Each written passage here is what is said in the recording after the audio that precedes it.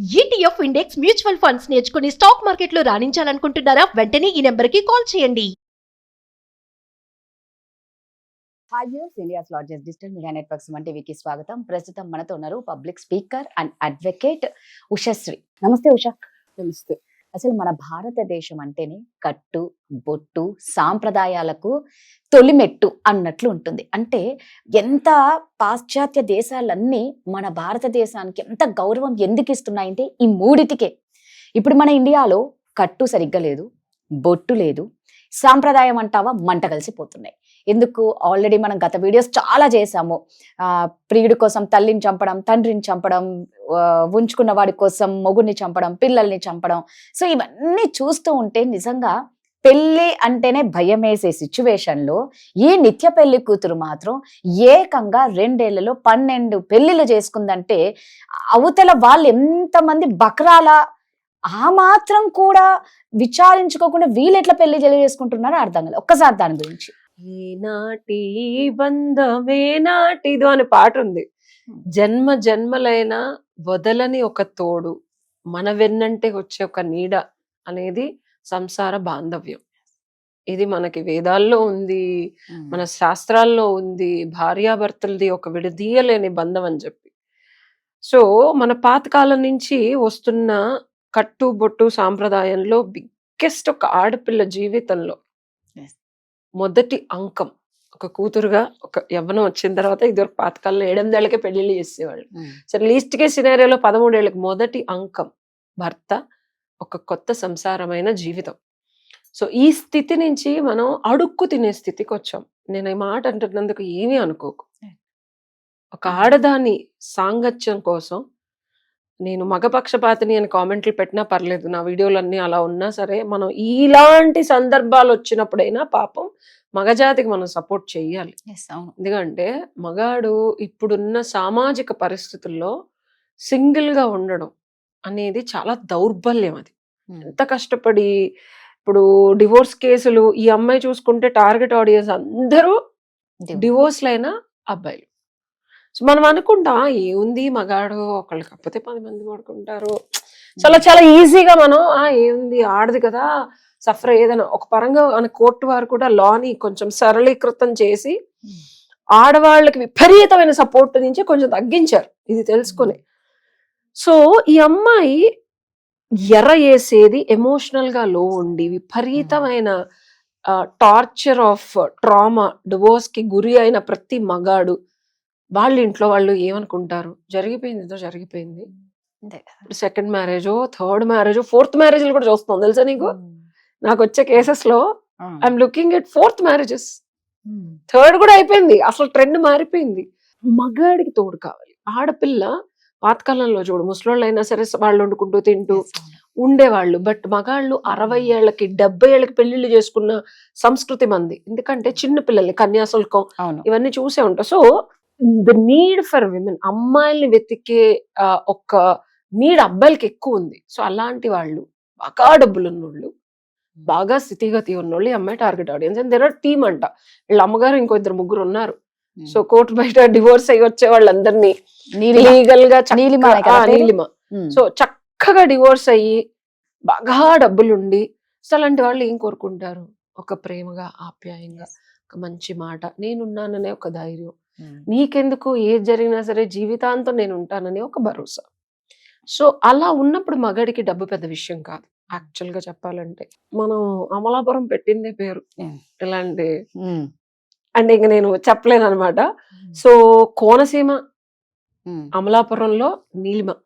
So క్యాబరీ dance చేసే వాళ్ళందరూ పాతకాలంలో అక్కడి నుంచి కొంచెం అటు సైడ్ నుంచి ఆ చుట్టుపక్కల నుంచి వస్తారంటారు. సో వాళ్ళు బేసికల్ గా అసలు డబ్బు తీసుకోవటంలో ఇన్ని రకాల విపరీతమైన బుద్ధి ఉంటుందా అనిపించేలాగా ఎంత ధైర్యం ఉంటే వీళ్ళు ఆ అమలాపురం చుట్టుపక్కల ప్రాంతాల్లో 12 మందిని 2 ఏళ్లలో అఫీషియల్ గా పెళ్లిళ్ళు చేసుకొని వాళ్ళ మీద కేసులు పెట్టి కొన్ని లక్షలు దండుకున్నారు. 12 పెళ్లిళ్ళు. ఇమాజిన్, అసలు అమ్మాయి 12 సార్లు పెళ్లి కూతురుగా కూర్చొని వాళ్ళ అమ్మగారు 12 సార్లు, అంటే లైక్ ప్రాపర్ గా స్కెచ్ చేసి ఎక్కడ ఎవ్వరికి తెలియకుండా ఆయా Hmm. పోలీస్ స్టేషన్ లో 498 పెట్టి చాలా శాస్త్రోక్తంగా డబ్బులు తీసుకున్నారు వీళ్ళ దగ్గర. పాపం ఆల్రెడీ డివోర్స్ అయ్యి గోత్రు అయిన మగాడు ఏమనుకుంటాడు, ఒక తోడు కోసం ఎవరన్నా నన్ను చూసుకోవాలి అన్న దాంట్లోనే ఆ ఉంటారు. భరోసా ఇచ్చి మళ్ళీ కేసు అయితే ఏం చేస్తాడు, పర్లేదమ్మా అవును. ఇంటికి వచ్చాడు డబ్బులు ఇస్తాడు. అవునా? అంతే. నీకు ఇష్యూ ఏంటి Hmm. ఇది, లేకపోతే ఇంకొకసారి ఎంత జాగ్రత్తగా వాళ్ళ ప్రే Hmm. అంటే వాళ్ళు ఏదైతే కొడదాం అనుకున్న టార్గెట్ ని చాలా సెన్సిటివ్ పాయింట్స్ మీద కొట్టి Hmm. ధనార్జన ఇంత ఈజీగా, అమ్మాయి చుట్టానికి కూడా బాగుంది, మరి తప్పలేదు అంతమంది. అంటే మగాళ్ళ వీక్నెస్ ని, అది మగాడి ఒక సెన్సిటివ్ ఎమోషనల్ నీడ్ ని, మగాడికి బతకలేను లేకపోతే నాకు ఒక తోడు కావాలి అనే ఒక అవసరాన్ని వీళ్ళు క్యాష్ చేసుకున్నారు. ఒకప్పుడు అబ్బాయిలు వినేవాళ్ళం ఇలా అమ్మాయిలు మోసం చేశారు, నిత్య పెళ్లి నిత్య కొడుకు అని. కొడుకు అని అవి కూడా ఇప్పుడు విన్నాం. అమ్మాయిలు మించిపోయారు అసలు. రాదా చెప్పాను కదా, మనం అంతకు ముందు వీడియోస్ లో మాట్లాడుకున్నాం, ట్రెండ్ మారుతుంది. అదే. యూనివర్సల్ సబ్ కాన్షియస్నెస్ గా కొన్ని వెళ్తాయి. సో మనం మాట్లాడుకుని ఈ నెల రోజుల్లోనే అబ్బా. ఇన్ని ఉదంతులు చూస్తున్నాం మనం, అవును. Like back to back back to back back to back. అవును. నేను అంతకు ముందు కూడా చెప్పా, పాత వీడియోలు కుదిరితే కింద ట్యాగ్ చేయి. అట్టేడు తరాలు ఇట్టేడు తరాలు చూసుకోవాలి రాదా, పెళ్లి చేస్తున్నాము అంటే సరే 7 తరాల సంగతి దేవుడు ఎరుగు. 7 ఏళ్ల హిస్టరీ చూడండి, కరెక్ట్. 7 నెలల హిస్టరీ చూడండి, 7 రోజుల హిస్టరీ కూడా చూడండి, 17 నెలల సెకండ్లది కూడా చూడాల్సిన దుస్థితి వచ్చింది మనకి. 17 నెలల హిస్టరీ చూసిన ఈ అమ్మాయి దాంట్లో సి పాత వాళ్ళని లేకపోతే మన సంస్కృతిని కొట్టిపడేసి ఏం చూస్తాంలే అమ్మాయి అయితే చాలని పెళ్లి చేసుకుంటున్నారు అబ్బాయిలు. దొరకడం కష్టం, అమ్మాయిలు దొరకడం కష్టం అనేది ఒకటి మైండ్ లో ఉండిపోయి అంటే అలా ఉన్నాయి మరి. అంటే అలా చేసుకుంది వీళ్ళే, ఈ అఘాయిత్యానికి ఒడిగట్టింది కూడా వీళ్ళే. అమ్మాయిల్ని రాచి రంపాలు పెట్టి ఆఖరికి మగాళ్ళు కరెక్ట్ గా ఉండుంటే డివోర్స్లు ఎందుకు అవుతాయి రాదా? ఒక రకంగా చెప్పుకోవాలంటే ఇనవే ఆడవాళ్ళు భరించి భరించి భరించి భరించి ఉంటారు సంస్కృతి ప్రకారం. బట్ డివోర్స్లు అవుతున్నాయంటే ఎక్కడో అక్కడ మగజాతి వెంట్ రాంగ్. ఇప్పుడు అదంతా తిరిగి వస్తుంది. సో ఆడవాళ్ళ కన్నా మగవాళ్ళు చెక్ చేసుకోవాల్సిన హై టైం ఇది. తస్మాత్ జాగ్రత్త, క్రాస్ చెక్ చేసుకోవాలి, వాళ్ళు ఎవరితో మాట్లాడుతున్నారో చూసుకోవాలి. అంతకుముందు రిలేషన్షిప్స్ ఏంటి, వాళ్ళ బేస్ ఏంటి, వాళ్ళ బతుకు తెరువు ఏంటి, వాళ్ళ సంపద ఏంటి, వాళ్ళ అమ్మ నాన్న ఏంటి, అట్లీస్ట్ బేసిక్ గా ఎందుకు చూసుకోవట్లే? అసలు ఆడ దొరికితే చాలు చేసేసుకోవడమేనా? చేసుకున్న తర్వాత అసలు పెళ్లి అనేది బిగ్గెస్ట్ లీగల్ ఆబ్లిగేషన్ ఇప్పుడున్న సినారియోలో. సో మీరు జస్ట్ ఒక పెళ్లి చేసుకుంటే అయిపోదు, పెళ్లి చేసుకున్న తర్వాత లీగల్ ఆబ్లిగేషన్స్ ఆల్రెడీ గోత్రూ అయ్యారు కదా డివోర్స్ వల్ల. మళ్ళీ పెళ్లి ఎందుకు చేసుకుంటున్నారు అఫీషియల్ గా? మళ్ళీ కేసులు వేయించుకోవడానికి అన్న తెలియక అడుగుతా. లివింగ్ టుగెదర్ ఉండి అసలు కొన్ని రోజులు అన్ని మనం అంతకుముందు వీడియోలో కూడా చెప్పుకున్నాం, ఒక 4 seasons 1 సంవత్సరం చూసిన తర్వాత ఇష్టమైతే అప్పుడు చేసుకోండి. ఇలా 12 పెళ్లిళ్ళ 2 ఏళ్లలో అంటే అసలు అమ్మాయి ఎంత every 3 months you have a marriage, like proper sketch అది.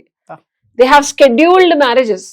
లీస్ట్ కేస్ సినారియోలో ప్రతి ఒక్కళ్ళ దగ్గర, ఒకళ్ళ దగ్గర 20 లక్షలు, ఒకళ్ళ దగ్గర 30 లక్షలు, ఒకళ్ళ దగ్గర 15 లక్షలు తీసుకుందంట. 2 ఏళ్లలో సరదాగా కాళ్ళ మీద కాళ్ళు వేసుకొని కూర్చొని ఆ అమ్మాయి నెలకు 1 లక్ష రూపాయలు సంపాదించింది. తల్లి కూతుర్లు కలిసి ఇందులో అసలు ఇప్పుడు ఎలా అయిపోయినారంటే ప్రతి అంటే నేరంలో ఇప్పుడు కూడా కేసులో కూడా తల్లి కూతురే కదా చేసింది. ఏంది అసలు తల్లి ఎలా ఉండాలి? మీరు ఏం చెప్తున్నారు పిల్లలకి? ఈ జాతిని మాత్రం నేను, మనకి పాతకాలంలో చెప్పారు కదా, దేవదాసి సంస్కృతి కిందే మనం తీయాలి. ఇది మనం జనరలైజ్ చేయకూడదు రాదు. ఎందుకంటే ఇలాంటి వాళ్ళు అక్కడ ఉండరు నాకు తెలిసి. మన తల్లిదండ్రులు మనల్ని చాలా సఖ్యతగా పెంచారు. సొసైటీలో 90% తల్లి 90% తల్లి అనే ఆవిడకి ఇంకా నేను భగవత్ స్వరూపంగానే పూజించే సిచ్యువేషన్ లోనే ఉన్నాం. ఒక 10 to 15% ఇలా ఉన్నారు. మనం అందరినీ ఆపాదించడానికి లేదు. వీళ్ళు దేవదాసి సంస్కృతికి ఆ బీజాల నుంచి పుట్టిన వాళ్ళని నేను జుగుప్సాకరంగా ఉన్నా చెప్తాను. ఎందుకంటే అలాంటి వ్యభిచార స్థితి నుంచి వచ్చిన తల్లులు కాకపోతే ఆ సంస్కృతి, ఆ యాక్సెప్టెన్స్, ఆ శరీరం అమ్ముకోవడం, డబ్బు కోసం కీచకమైన పనులు, దిస్ ఇస్ ఇండైరెక్ట్లీ ప్రాస్టిట్యూషన్ కదా. ఒక 12 మంది దగ్గరికి అఫీషియల్ గా నీ కూతుర్ని పడుకోవడానికి డబ్బులు తీసుకొని పంపించినట్టే in my opinion. Where is the difference? అది పెళ్ళని పేరు పెట్టావా, కిల్లి అని పేరు పెట్టావా పక్కన పెడితే, అఫీషియల్ గా యూ సెంట్ యువర్ ఓన్ నీ కూతుర్ని లీగల్ ప్రాస్టిట్యూషన్ చేసి డబ్బులు తీసుకురమ్మని నువ్వు స్కెచ్ గీసి ప్రేరేపించి ఇంకొక 3 సపోర్ట్ పెట్టి చేసావు. సో దీస్ ఆర్ ఆల్ మనం ఇలాంటి సిచ్యువేషన్స్ కేసెస్ వచ్చినప్పుడు అసలు తల్లి కూతురని మాట్లాడకూడదు మనం.